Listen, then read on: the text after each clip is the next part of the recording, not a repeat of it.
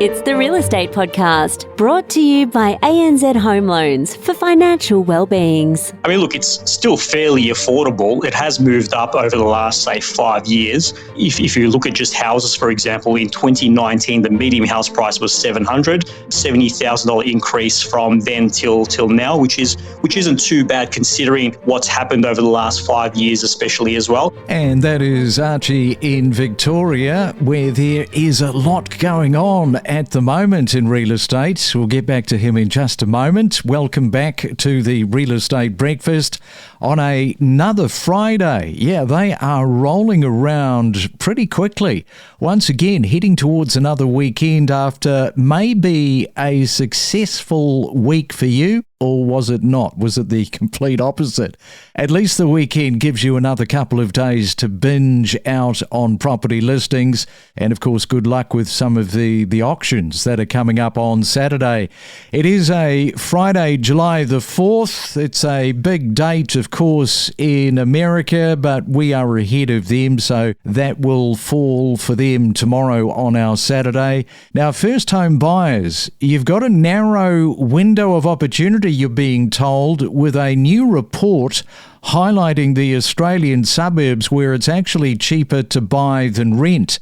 Domain reported that nationally only 6% of suburbs have lower median mortgage repayments than rents for houses. Units offer slightly better odds, at 22.8% of suburbs have cheaper mortgage costs than rental payments. The picture does improve in regional areas where 14% of houses and 31% of units are more affordable to buy than rent. Having a look at some of the breakouts, Perth stands out as the most affordable capital, especially for unit buyers. In 82.9% of Perth suburbs, buying is cheaper than renting. That is a big stat for our Friday morning. 82.9% of Perth suburbs. Meanwhile, Sydney, Melbourne and Adelaide offer the toughest conditions. In every suburb analysed, renting is cheaper than paying off a mortgage. Brisbane isn't far behind, with 94.6% of its suburbs also favouring renters over buyers. All right, as I mentioned, it is a Friday. Let's go back to Melbourne and catch up with Archi Altun, the founder of Everywhere Real Estate. And good morning to you, Archie. Welcome to the Real Estate Breakfast. I do like the name, Everywhere Real Estate. How long did it take you to come up with that name? It was a no-brainer. We do sell properties everywhere, so it was a no-brainer for us to change to Everywhere Real Estate. No, I like it. Now, coming back to, do you buy or do you rent? A little bit tougher in Melbourne, but some pretty interesting stats there. I was really surprised about Perth. Yeah, well, Perth surprises me, but look, it doesn't surprise me that much here in Melbourne, especially when you've got rents increasing at the rate that have been increasing over the last 5 years. And obviously with interest rates coming down, it's just bridging that gap between your rental repayments and your mortgage repayments. So more than ever, we're seeing first home buyers, and especially those who continue to rent, move into buying a home now. I like the way that Domain has reported this. They've said that first home buyers have a window of opportunity. Of course, what they're alluding to there is the upcoming RBA announcement, and no doubt about it, we will have some interest movement downward. Is it 25 basis points? Is it 50 basis points? Probably 25. But, we're going to see a little bit of a rally with the prices off that. Yeah, and we have already, this year. So even before we had our first interest rate reduction, people knew that 2025 was going to be the year that interest rates started coming down. As soon as we started conducting our first open for inspections this year, we saw buyer activity increase dramatically from the same time last year, or even November or December last year, because people were predicting that the rates were going to come down and knowing that the prices were ultimately going to go up. It doesn't surprise me that buyer activity has been very strong in recent times, but the buyers already know that interest rates are going to keep coming down and we're not going to have a rate rise for quite some time. Yes, well, let's hope so. Now, we want to talk about Point Cook that you represent there in Melbourne. It is a thriving suburb located 22 k's southwest of Melbourne CBD within the city of Wyndham. And the population, this I didn't know, 66 odd thousand people there, making it the most populated suburb in Australia, Archie. If you didn't know those numbers and you came into Point Cook, you'd think it's just like every other suburb around metropolitan Melbourne. It definitely doesn't feel like it. Yes, we've had traffic congestion issues in the past, but they've done a lot, the council and VIC roads, to duplicate and widen the roads coming in and out of Point Cook. So it's definitely helped over the last few years. Now, you have worked through previous boom-bust cycles for over 21 years in the Melbourne real estate market.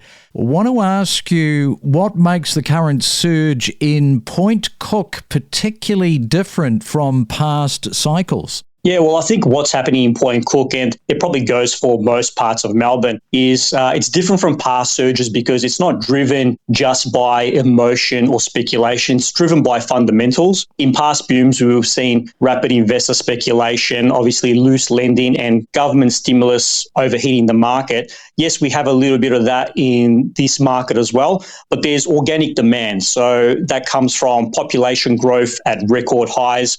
And Melbourne's leading the way. Interest rates are obviously coming down, like we touched on before, bridging the gap between rental repayments and mortgage repayments. So it's increasing borrowing power and allowing more buyers to get into the market. And housing supply is at historical lows. That's the difference that we're seeing today. And people are genuinely also needing homes rather than just buying homes to flip or do anything like that. So we're seeing families and first home buyers wanting to get into the market so they've got, I guess, a roof over their head and long-term security. We are talking to Archie, and he is there in Point Cook in Melbourne. We'll come back in just a moment and have a look at those median house prices as well as the unit price, and we'll do that after this. Every morning from 6 a.m, we bring you the latest real estate news with diverse perspectives from leading industry experts. We deliver the most property podcasts across Australia every week. You've spoken about the low number of women in top executive roles in property. Well, here you are. You're at the top of the tree, so you'd like to see more people like you. I don't know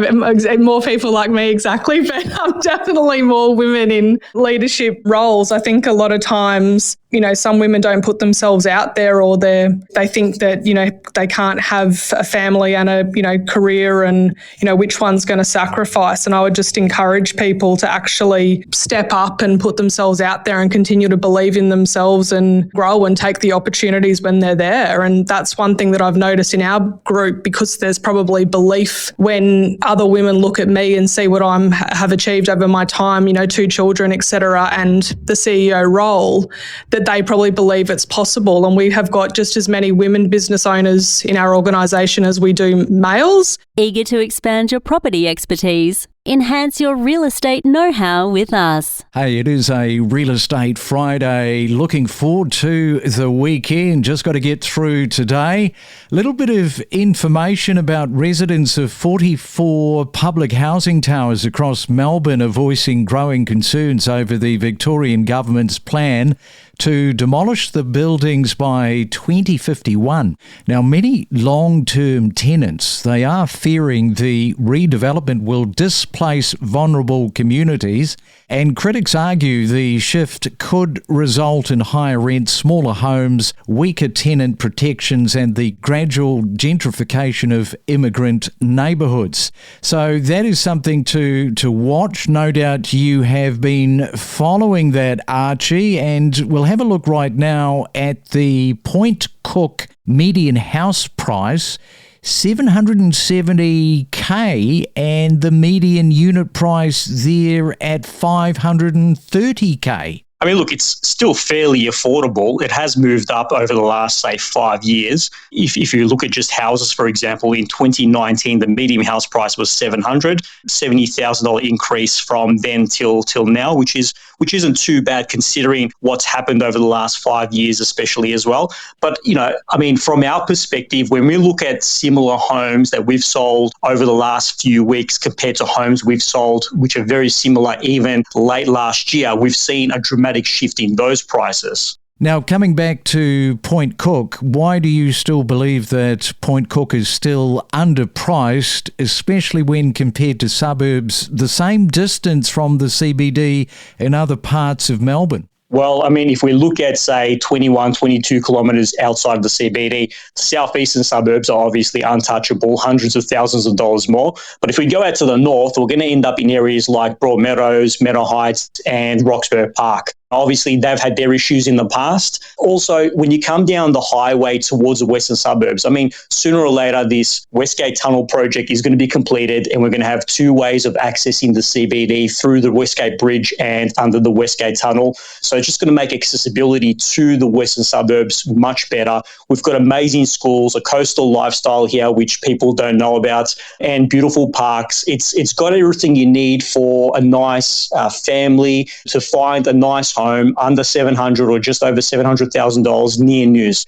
It's definitely undervalued from the amount of amenities it has and the quality of home that you can purchase here.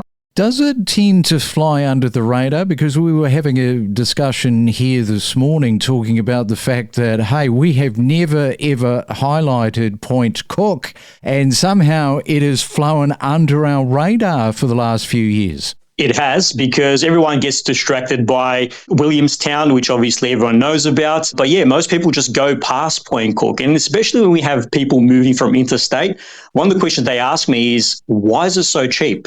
You drive into the suburb, it's a beautiful suburb. Like I said, beautiful parks, the coastal park. It's got great amenities. If you live here, we find that most families that live here are upgrade and stay in the area. But people who come in for the first time are actually quite surprised at how nice it is. Let's have a look at some of the big factors potentially influencing buyer behaviour right there in Point Cook. And also fear, is that sort of playing a bit of a factor? Yeah, that's a great question, because right now we're seeing a unique mix of confidence and fear driving buyer behaviour, and they're both equally as powerful. Confidence is back because of interest rates coming down and borrowers can borrow more and they feel confident that they're able to meet those repayments. Rents are still rising, and in many cases, mortgage repayments are now equal to, or if not, like you said before, less than the renting, which is giving people a reason to act. But at the same time, there's fear that if you don't buy now, you'll be priced out of the market, because for the last few years, all we've been talking about is how unaffordable the market is getting. So Point Cook has already seen a dramatic increase in prices in 2025 compared to 2024. And, with more interest rate cuts looming, it's just going to drive up that confidence and also the fear at the same time. Hey, good on you, Archie. There's a lot of great information there about Point Cook. Thanks so much for coming on to the Real Estate Breakfast this morning and explaining Point Cook to our audience. And have yourself a great weekend. Thank you. Thank you, Craig. Whether you're a seasoned investor or a first-time buyer, know your property with us on the Real Estate Podcast. She is about to defy the odds, and it's thanks to a new pilot program called Little Green Houses for Her. Diana will become a homeowner, something that she thought never possible. Now, what they're doing is they're offering small, energy-efficient homes on low-interest loans. Such a great story about these women, very vulnerable, and in that particular case, Diana, a very positive outcome. Absolutely, mate. Yeah, thank you very much for having me back on the podcast. It's great to be here and have a bit of a chinwag about how Bundaberg fits into the puzzle. But certainly talking about someone like Diana, it's an inspiring story and something that is pretty close to home up here in Bundaberg, as we're such an affordable part of Australia. So we do see a lot of people hitting the reset button and often coming from times of hardship, and they want to come to a new part of the world and give themselves an opportunity to get back in and get back on board with saving for a house or getting into a house immediately. And we do provide a nice platform for that, given our median house price. We connect you to the the best real estate information across Australia. The Real Estate Podcast.